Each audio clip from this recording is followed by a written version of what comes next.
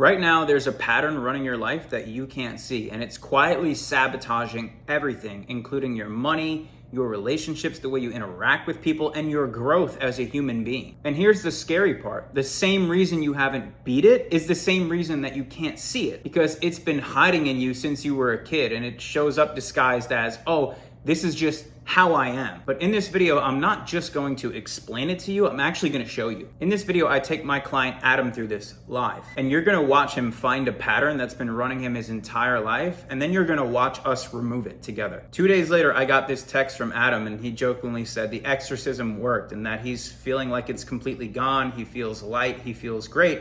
And this is what happens when you finally remove that subconscious block that's been holding you down. So here's exactly what you're gonna be getting inside this video. You're gonna find out what those subconscious patterns really are. You're gonna find out how they sabotage your growth without you even realizing it. And I'm gonna give you actionable steps to drag your pattern out into the light and remove it for good. And don't worry, you don't need years of therapy to do this. This is not some woo-woo ritual either. I've lived through this every bit myself, and I've actually reverse engineered it into a strategy to help others go through what I went through. And by the end, you'll have a toolkit to excavate your shadow so that you can be free to reach your full potential. All right, so I call it Finding What's Buried. And again, this is like one of a 6-part series that you guys are gonna have. And there's gonna be 2 modules before this that really lead up to it that give it more context. However, the point of this module is to give you guys practical tools to find your specific material, because there's here's the problem with shadow work, right? You can't actually access what you can't see. And most of what's in your shadow is invisible to your conscious awareness by definition, right? If it were visible, it wouldn't be in the shadow. So you need actual real methods, like specific operational moves that let you identify what's been hiding. And by the end of this module, my goal is that you'll have 5 different ways to excavate them. If you actually apply this week, by the next one-on-one call we have, you will have a working inventory of your specific shadow material that you can actually bring to the call. Now, I learned this through reading Carl Jung's work, right? Carl Jung is one of the only authors I know that really goes deep on this subject. And this is basically where I learned this in the first place. This is what like opened me up to it. And I'm going to share you guys how to excavate it now. So there are, hang on, here we go. 5 ways in, right? Before the methods, I want you to understand the posture. So you're basically going to approach the next few weeks, you know, as you get into the modules and stuff, as an investigator, right? Not as like an attorney building a case, as Chetan would know a lot about, but not a judge who's handing down verdicts to yourself, more so an investigator. Think of yourself like a detective as you go through this, a detective that's gathering evidence, right? The investigator is curious. He's not an accuser. He's curious. He's interested in what's actually there, not what he wants to find. It's not about what you want to find in there. It's about what's actually there, unbiased, right? An investigator likes to follow leads. He notes patterns. He doesn't decide in advance what the conclusion should be. Now, this posture alone matters because the achievement reflex is to attack the material, find it, judge it, solve it, move on. But the reflex closes the channels the material would actually surface through, right? The investigator posture is different, though. It keeps the channels open. So remember, you're not looking, you're not fixing. That's the key. There's nothing to fix. You're not judging. You're just looking. And that's the entire stance for the next several weeks as you go through these modules, right? The material will actually surface to a man in investigator mode that won't surface to the man in problem-solving mode. If you're in problem-solving mode, this won't work. You have to be an investigator. Now, the 5 methods, right? There are 5 practical excavation methods. And basically what I want you to do is to apply each one over the next couple of weeks. 1, childhood inventory. What this means is look back at your childhood. And if you guys want to take notes and actually try this for yourself, feel free to do so. Here's what you do. You look back at your childhood and find out, and you can write this down, what was acceptable versus what was unacceptable in the household that raised you. That's step 1. Method 2, recurring patterns. So basically, identify situations that keep showing up in your adult life despite your conscious effort. Now, again, on our one-on-one calls, I'm going to do that for you. Method 3, triggers. Notice where your reactions are disproportionate to what's actually happening. Where and why do you overreact? What happens? Why do you overreact? Try and track these thought patterns. Method 4 is escapism. So map your default coping behaviors, which are the things that you reach for when you don't want to feel what's actually there. And each and every one of you should have a bit of context on this based off what we went through already. Because each and every one of us has at the bare minimum done the professional, the psychological review. So think about that. Map your default coping behaviors. What do you reach for when you don't want to feel what's there? And method 5, following the fear. So trace your fears down to their root by asking why repeatedly. Why, over and over again. Now, we're going to cover each and every one of these individually right now. But basically, the traceback is the mechanism that turns each of these methods into root level access rather than surface level observation. So let's actually walk through each one real quick. Childhood inventory. So I want you to sit with these questions, right? Don't actually push past them. Actually sit with them. Around what emotions did the adults in your household react positively? Which got encouragement, approval, attention, right? When you showed up to the house in a certain mood or you displayed a specific emotion, which one of those actually got encouragement and approval and attention? Then ask yourself, around what emotions did they react negatively? What got punished? What got ignored? What got dismissed? Had affection been withdrawn after you expressed them? For example, let's say you had a dad, for example, who was like, men don't cry or whatever, was very strict on be a man, this and that. And so anytime you showed up and you were moody or whatever, their love was withdrawn, basically. They dismissed you or they punished you or they yelled at you. So what were you allowed to feel and what did they not want you to feel? Then, what family values were explicit? Maybe it was achievement. Maybe it was frugality. Maybe it was loyalty. Maybe it was politeness. Maybe it was discipline. Maybe it was independence. Right? What were the family core values throughout your childhood that your parents said over and over and over that these are important? And then ask, what values were implicit but unspoken? So what did your father model that he never said out loud? Right? What did your mother model that she also never said out loud? What kind of archetypes were they without expressing it, if you know what I'm saying here? Right? If you watch them and they didn't say anything, what would you say their values were? You understand? And again, this is not meant to confuse you. We're going to go through this together one-on-one. Then, what got celebrated? What got rewarded with extra attention or affection? Right? Maybe you came home with a good test on your paper, a good grade on your papers, and they took you for ice cream, right? It sounds silly, but these things really matter because I'm telling you, they shape your beliefs now. So the idea is to make a list, to be specific, and that list is the first map of what likely ended up in your shadow. Whatever was unacceptable got exiled. Whatever was encouraged became the acceptable mask. Both of these lists matter a lot. Then recurring patterns. So if you actually look at your adult life, identify the situations that keep showing up despite your conscious effort to make them stop. You should know this if we did the shadow audit, right? So the same kind of business problem keeps appearing. The same kind of dynamic in different relationships keeps showing up. The same kind of fight keeps happening with different people. The same financial pattern in different income brackets. The same health pattern with different protocols. I've tried a million different diets. I always end up here. The same conflict with different bosses, colleagues, teams, clients, whatever. And if you said, why does this keep happening to me about anything? you've identified shadow material. If you've ever said, why does this keep happening to me? You've just identified shadow material, because recurring patterns are the loudest signal that show up in your adult life.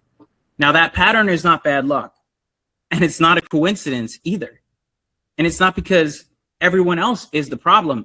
That pattern, the thing that you keep saying, why does this keep happening to me, is shadow material recreating the conditions it needs in order to surface. So the crew is putting you in situations that mirror installation. Now, you guys don't know what I'm talking about with the crew, because this is referring back to a different module, so you'll have to get this when modules drop. But hoping this time the adult version of you can receive what the child version couldn't. That's what's really happening. So make a second list. Around 3 to 5 recurring patterns. Each one is finger pointing at material. Then, triggers. The trigger is a disproportionate reaction. As in, something happens, and your response is bigger than what the situation actually warranted. As in, where do you get more upset when you shouldn't? Where do you overthink where you shouldn't? Where do you get angry when you shouldn't be so angry? As in, the colleague makes a small mistake and you're enraged for 2 days. Or the wife says something neutral and you take it as an attack. A driver cuts you off and you spend the next half hour replaying it. A coach posts something on social media and you feel a wave of resentment you can't explain. A friend gets a promotion and you cannot congratulate him cleanly. It literally pains you to congratulate him. That reaction is data. Whatever you reacted to that didn't cause the reaction at the scale you reacted. The scale came from somewhere else. And the somewhere else is the shadow material. And this is also why what triggers you in other people is usually a trait exiled in yourself. The arrogant person triggers you because you exiled arrogance. The needy person triggers you because you exiled need. The angry person triggers you because you exiled anger. You're not reacting to them. You're reacting to the part of yourself that you see in them that you've been refusing to face. So with this, you can make a third list. 5 recent disproportionate reactions that I had. And each one is finger pointing at material as well. Then escapism.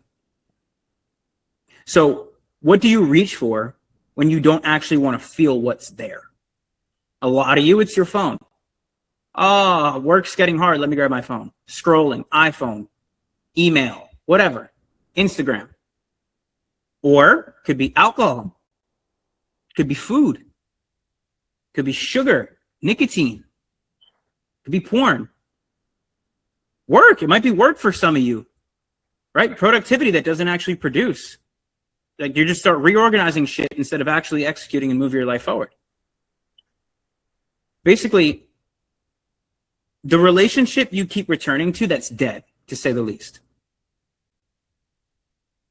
Right? Could be, maybe it's a work thing. Maybe it's the next project, the next launch, the next acquisition.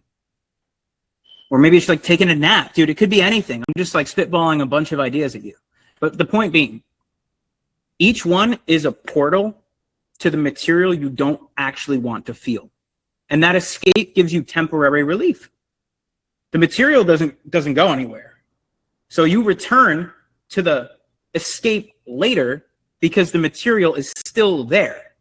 And the actual escaping is not the problem. The escape is a signal of what's going on underneath. Like my own version in my life was achievement. I'd be escaping into building businesses or trying to stack more wins, just anything to avoid with sitting with the structureless absence my origin had actually installed. And again, like I go into my story in the modules too, you'll know what I mean. But for example, my Amazon company was the most sophisticated escape I'd ever ran because it looked like success, but it was really avoidance in my own personal life. For me, it was work. So what's yours? All right, this is where you make a fourth list. 3 to 5 default escapes. And each one points at the material that the escape is helping you avoid. And the last one, following the fear. Matt, this is what we did specifically.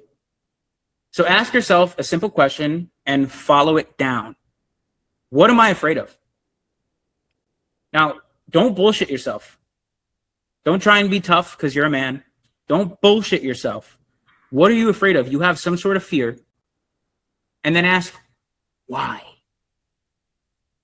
What a magical question that is. Boy, does that open up a can of worms.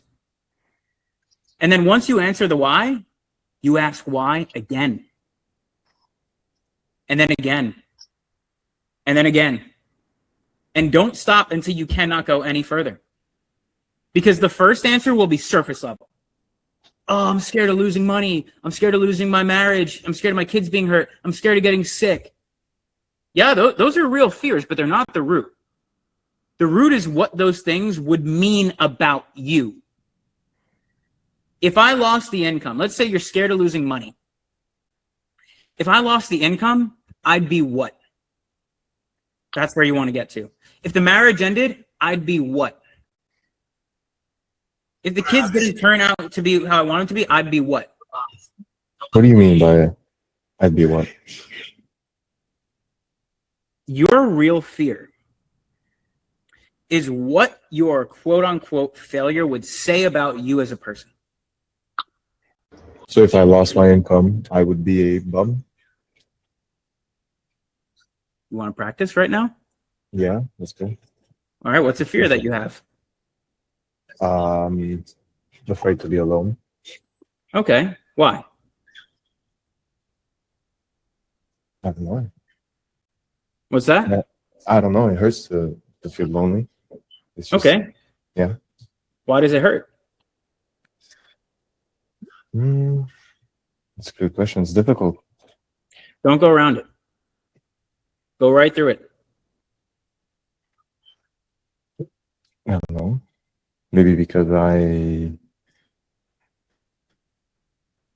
don't know why I need connections. I like it better when there's people. No. I don't know why it's not an answer. You need to give me an answer. Okay, so why did it hurt to be alone? Yeah.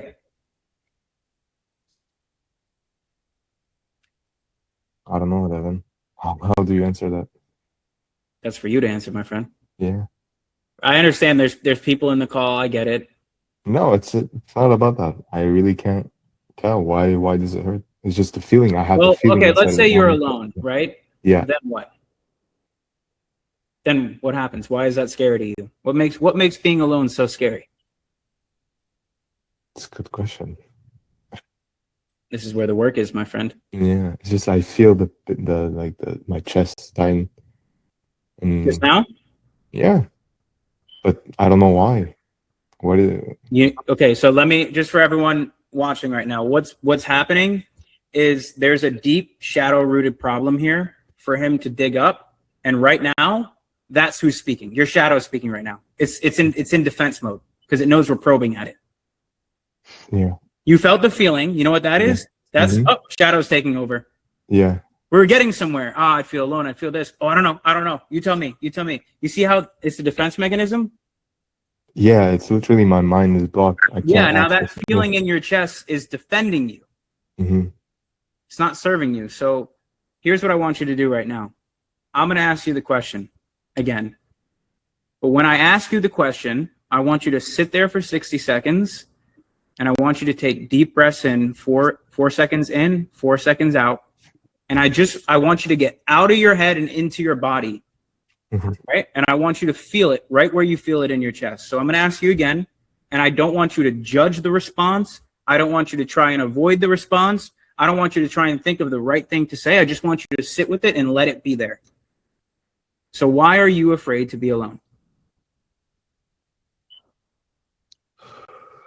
Find where you feel it in your body and feel into that. Sit with it. Let it be. Don't judge it.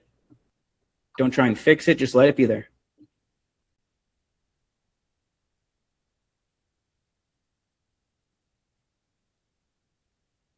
What comes up when you focus on your body?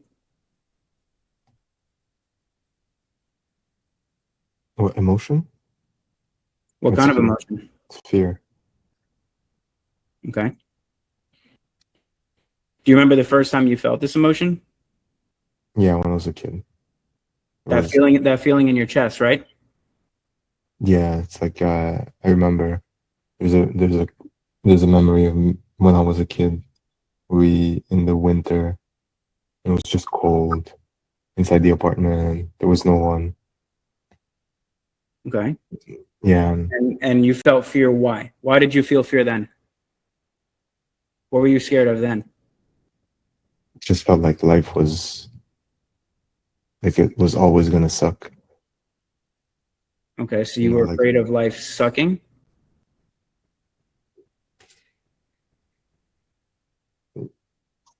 yeah, I guess it was life wasn't enjoyable in the winter and just staying at home all the time. No one being broke also. Uh, Parents not loving each other, always fighting. It just felt like yeah, Right. like it was always gonna be painful. And there was no one to like hold or talk Yeah. about it. Yeah. So if life sucked, if your parents were always fighting, if you were by yourself, then what would that say about you? What does that say about you? It's like I'm worthless. Right. Right. Now sit with that for a second again. Feel it in your chest. Just feel the feeling in your body, out of your head, into your body.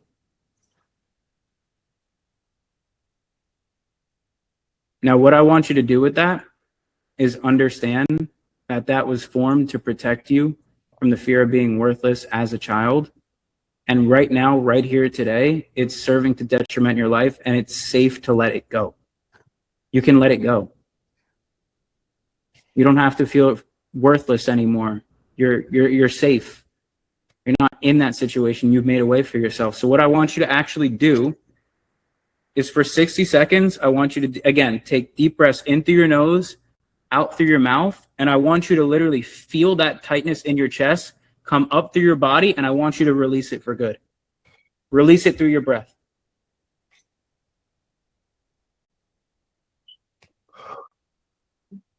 Don't judge it. Don't try and fix it. Just let it be there. Accept it for what it is. It protected you as a child, but it's time for it to go now. Let it leave through your breath. You're safe, bro.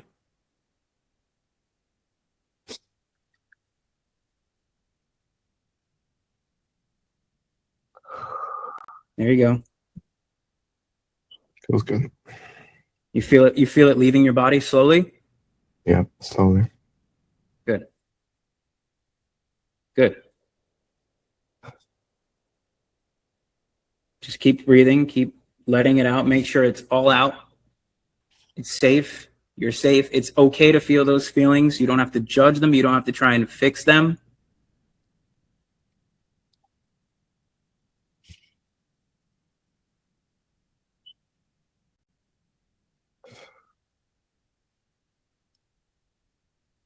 You feel that? Mm-hmm. You feel light? Yeah. That's it, bro. Everybody clap for this guy. This guy just released a shadow. Honestly, Incredible. honestly. Incredible. Yeah, I'm crying right now. You just released. You have to understand this thing has been with you your entire life, Adam. And it's a Mhm. big reason why, as we talked about on our call, since we already opened up, that you're constantly looking for validation outside of yourself. Yeah. Because you never trusted yourself enough to feel worthy. But now that is gone. You understand what it is. We've let go of that. That doesn't have to be a piece of you anymore. It's gone. You're free. You're light. And what we're actually going to do and what I will put together for you on our next call is how we can actually build off what we just did here on this call, because this is huge. Yeah. Is it gonna be permanent? Yeah, I have a Yeah, hard this time. is permanent now. You just released it. Really? Yeah, Still feel a bit. Ask Carlos and Matt. Matt, you still here? Yeah. Is Matt still here? I can't see. I believe he is. Yeah. Well, Yeah, Carlos, I'm here. Sorry. he's asking, is it permanent? Well, let me Is ask you. it permanent? Well, I mean, right now I can tell you it definitely is. I don't have the same feelings. I feel free as a bird and light as a feather since last Friday. But I'm sure there are other shadows that I got to get rid of, but Of course. for now, I mean, yeah, it definitely feels permanent. So Yeah. It is. Because I still feel that chest thing. I feel like it's worse. It's less. oh no, It's less deep. It's shallow. that'll Yeah. stay with you for a while.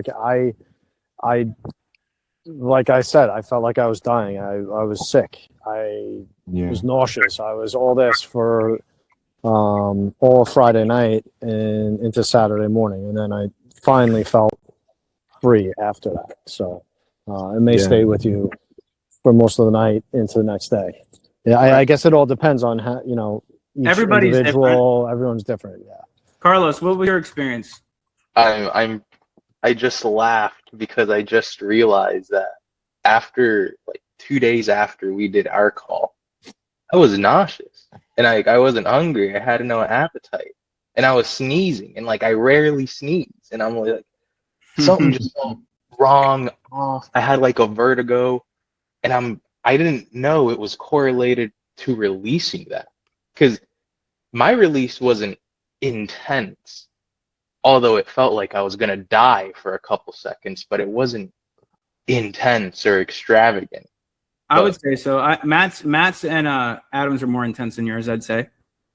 yeah, Yeah. it appeared so. That's And because the one we addressed for you, Carlos, is not the main one. For it, Adam, no, yeah, for Adam and Matt, those were huge. no, for sure, that was huge. Adam, Shout out. first of all, I want to say so much respect, Adam, for you like opening up and letting me take you through that in front of everyone, because I hope that like you guys got a taste to see what that's like, and I want you guys to all eventually have that feeling of freeness. Adam, yeah, like you have to understand the best way I can describe what you just went through is you just went through like an exorcism, bro, of like the old identity. I don't really know any way to describe it, but that's been so deeply rooted and pushed down and hiding behind walls for years. And you have to understand it was just fighting and gripping for its life for you not to finally identify it. It's literally been hiding.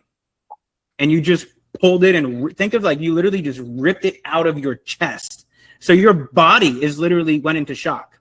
That's what just happened. That's why you still feel it. But it's just the aftershock. It's gone. Yeah. Feels better. Yeah. I know it might not right now. It's actually kind of traumatic to go through. Mm-hmm. But I promise you, with every minute, it just is going to get better and better and better. Thank you, man. Fair enough? Yep. Fucking proud of you, bro. I'm fucking proud of you. Thanks, That was man. incredible. Seriously, that was incredible, dude. I'm really proud of you. That was amazing. So the main thing is just finding it, naming it, and saying it out loud. Is that Well, actually, I mean, you guys have like another 10 minutes. You want me to finish up? Yeah. Okay. Well, now that we did it, that was as good as it gets. You get to kind of see it live. There's other aspects to it. Obviously, like once we let go of it, we have to fill that with something. You understand? Now, Adam, like we're going to do that on our call. We got to fill that with something. So let me finish basically. So what we're kind of saying, right? So what we were saying was, if I lost the income in Adam's case, if I was alone, then I'd be, in Adam's case, it was worthless. That was the real thing that he was hiding from, right? So you basically want to keep asking yourself, and the chain of whys eventually hit bedrock. Something like, I'd be worthless, or I'd be alone, or I'd be unlovable, or I'd be the same as my father, or I'd be a failure to my whole family. Now, whatever bedrock you hit, that's not actually the root fear either, right? Adam's, we actually got to the core, but that's actually the exile being protected by every external thing you've been chasing or avoiding. So you want to make a fifth list, right? Because, yeah, sure, we did this once. Adam, I'm sure there's plenty more for us to do, but 3 to 5 root fears, right? That's what you would write down. And each one is the engine underneath multiple patterns. Now, what we just did with Adam, I call it the first time trace back. So here's the actual mechanism that turns each of these methods into root level access. Because without this, the methods simply identify the systems, but with this, what we just did with Adam, it actually identifies the cause. So when something surfaces from any of these 5 methods, as it just did with Adam, whether it's a trigger, a pattern, an escape, a fear, don't work the presenting event, right? With it, they identify causes. But when something surfaces from any of the 5 methods, whether it's a trigger, a pattern, escape, trace it back. Always trace it back. So the question to ask is, once you feel that feeling in your chest, like Adam did, or sometimes it's in your shoulders, in your back, it's in your gut, you want to ask yourself, when was the first time I ever felt these exact sensations, as we did with Adam? Because the current event is not the source.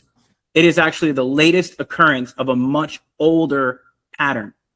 Now, the crew, which you'll learn more about, has been running this loop for some people 20, 30 years. So the first instance, the original installation, is where the work actually needs to land, which in Adam's case, as you guys just saw, was his childhood. So basically, you sit with the current sensation, then you ask the body, when did I first feel this? Specifically this, right? The same tightness, the same constriction, the same energy in the same spot. When was the first time I felt this? Because the body usually knows. Remember how you watched me say to Adam, get out of your head, get into your body. The body usually knows. So sometimes a specific memory surfaces, right? Because what happens is your brain is what's been suppressing this and pushing it down. It tries to protect you. So when you get into your body, you really feel it, right? So when you do this, like I said, a memory will surface, could be an event from like age 7, age 12, age 4, or sometimes just a felt sense of when you were younger in the house, right? And that's enough. The thing is, you want to stay with the sensation and trace it back to where it lives in time and run the release protocol on the original installation rather than the current trigger. So basically, releasing the current trigger gives partial relief, but releasing the original installation collapses the entire pattern, which is what we just did with Adam. That's why I said it's gone. So this is the move that separates surface shadow work from depth shadow work. So apply it to everything in the 5 methods to surface. So let me see here. I don't know if I want to touch this one right now.